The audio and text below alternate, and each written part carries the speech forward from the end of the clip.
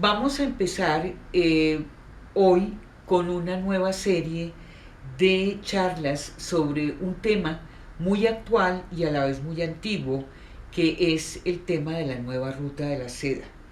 He querido coger este tema porque, como ustedes saben, en este momento la lucha comercial entre Estados Unidos y China es cada vez más agresiva. Es más, se habla de una guerra fría comercial.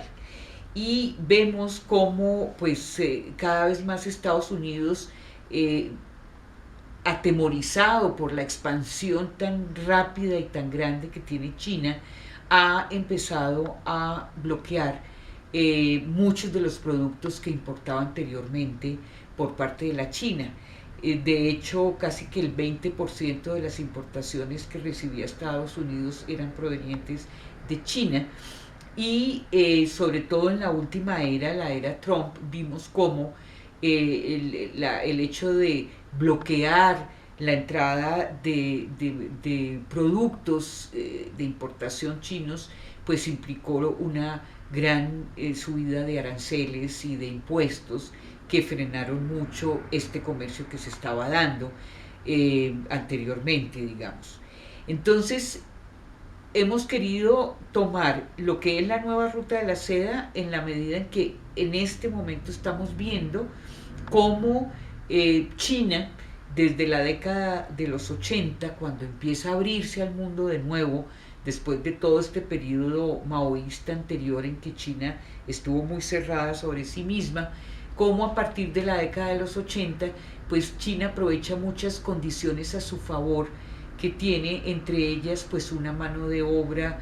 calificada, capacitada, barata, libre, y la entrada de capital extranjero y de multinacionales que,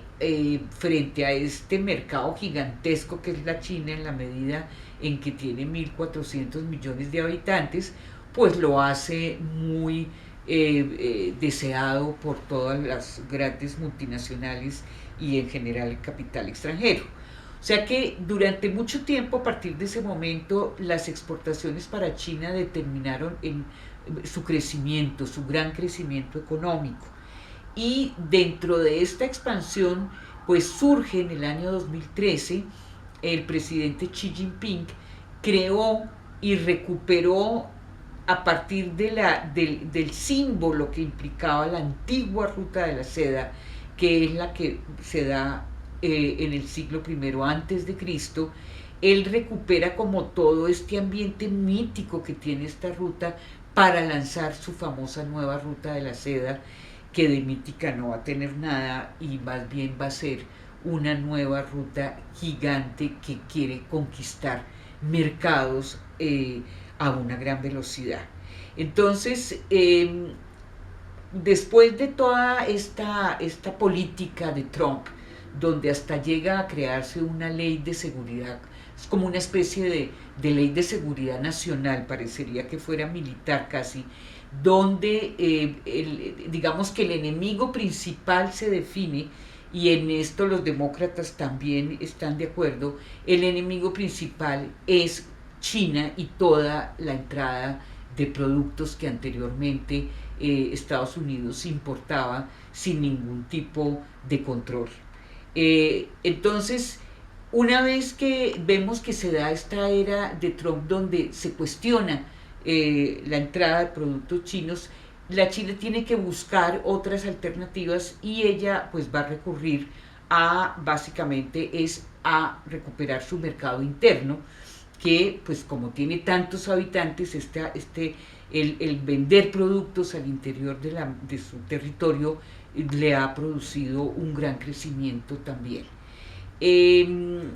para China, cuando llegan los capitales extranjeros y llegan las multinacionales, China aprovecha y aprende y copia mucho de toda la tecnología y el saber hacer de todas estas grandes multinacionales,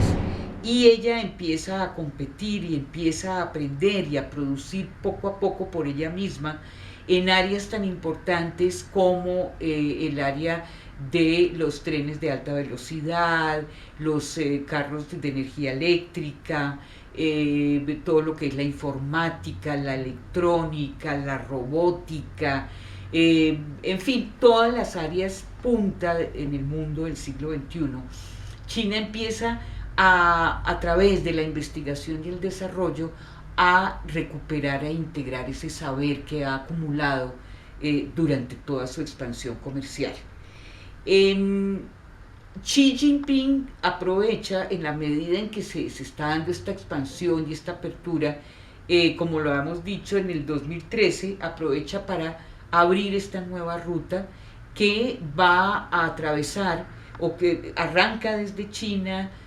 atraviesa todo lo que son lo que es el Asia Central, el sur de Rusia, toda una gran parte de Rusia,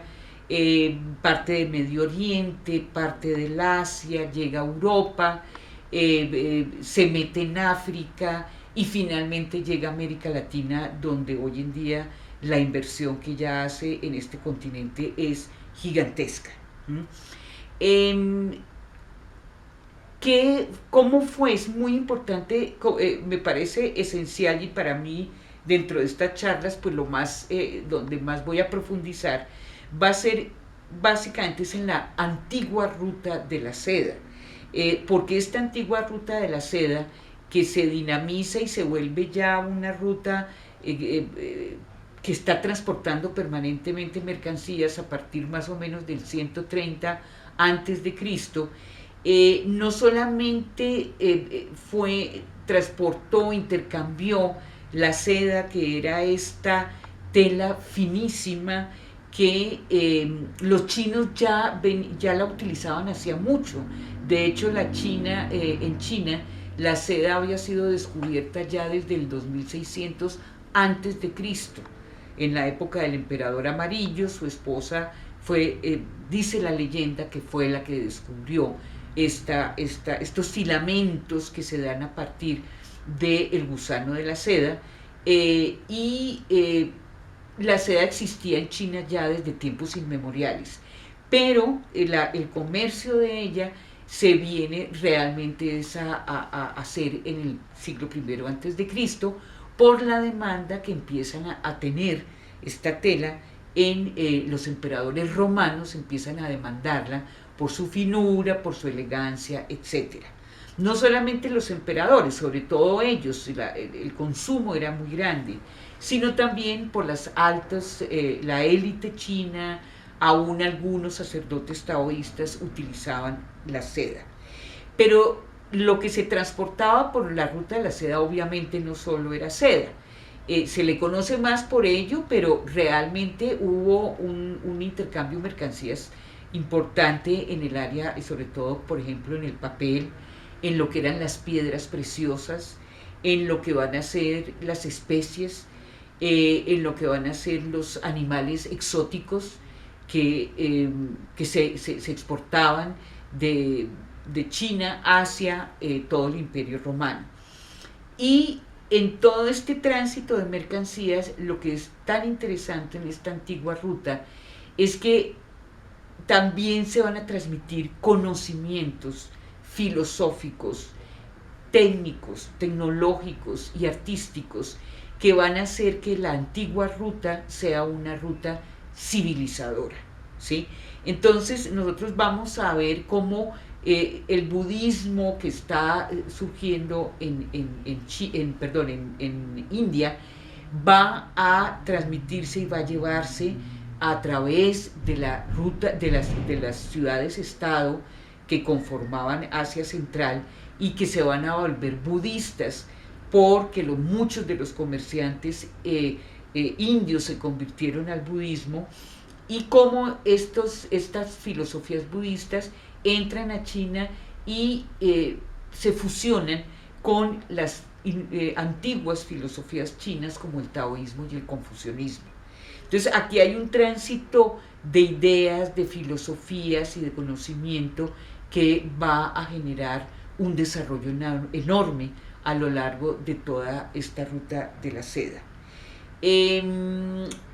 Hoy en día la nueva ruta, como dijimos, pues es una nueva ruta que no tiene, digamos, no intercambia, no tiene un intercambio cultural tan grande como lo tuvo la antigua. En la medida en que hoy en día, para la expansión comercial china, y toda la ruta, las rutas marítimas y terrestres y toda la infraestructura que ellas requieren, van a generar pues una cantidad de construcciones, de puentes, de túneles, de vías férreas, etcétera, que van a permitir que el comercio chino cada vez domine mucho más el comercio mundial. Entonces, esta nueva ruta va a ser de la China actual una hiper expansión que va a hacer que realmente la compra de muchos puertos permita también la ampliación de las rutas marítimas. En estos puertos se van a construir grandes contenedores, inmensos contenedores, donde se va a guardar y se van a cuidar, digamos, todo este tráfico gigantesco que se hace de mercancías por todo el mundo, porque en realidad hoy esta nueva ruta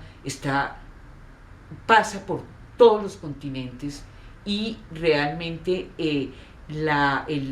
financiación que requiere esta infraestructura es tan gigantesca que China va a crear un banco asiático de inversiones y va a llegar a ser el más grande prestamista mundial